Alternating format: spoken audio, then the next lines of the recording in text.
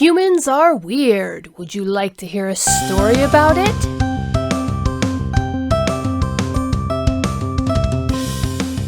Hello, my wonderful viewers, and welcome to this episode of 22 Days of October Oddity. As you may or may not know, our adorable little spider alien friend quilx'tch has a campaign going on over on Indiegogo to get his research into human weirdness published. That is, he is ready to present over 60,000 words of the finest weirdness humanity has to offer. The link is below the video, so click on over and take a look.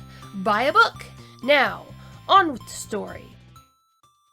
The main community hall at Roughened Base was never really clean or orderly. The attempt to provide furniture to fit the needs of roughly a dozen species had been successful from a practical point of view. The various relaxing devices that surrounded the one long couch provided texture and density comforting to the respective bodies that they had been designed for, but a general ignorance of color theory and the cluttered appearance made the space look more like a disordered maintenance hangar than a lounge of any sort. Though the various lounging humans and ungulates didn't seem to mind as they read, ate, or napped.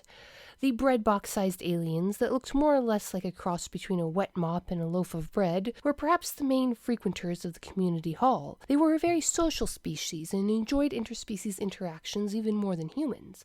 They also found the frigid, arid nature of the desert base fatal for extended periods, making evening strolls inadvisable. So it was no surprise to Dr. Sharon when three of them approached him with their gripping appendages raised in greeting. He set his book aside and smiled widely at them, showing his less than perfect teeth. "Hey there, my moppy friends, what gives?" he greeted them. He had long ago given up on identifying individuals among the earth-toned ungulates, and thankfully they didn't seem to mind.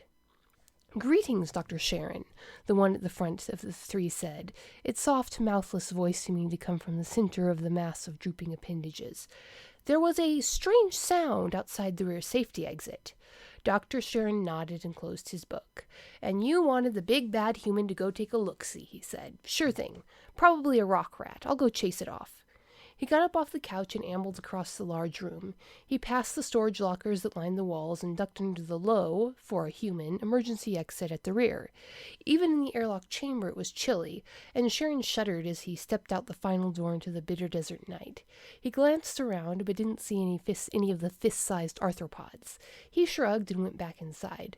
"They must have run off," Dr. Sharon called out as he came back to his seat on the couch. "I didn't see any." He stopped talking and narrowed his eyes. He glanced around the community room. It looked like every ungulate in the place was now grouped on the couch, their appendages pulled tight and pressing against one another. The mass was grouped where he had been sitting. Some clung to the back of the couch, some were sitting primly on the seat.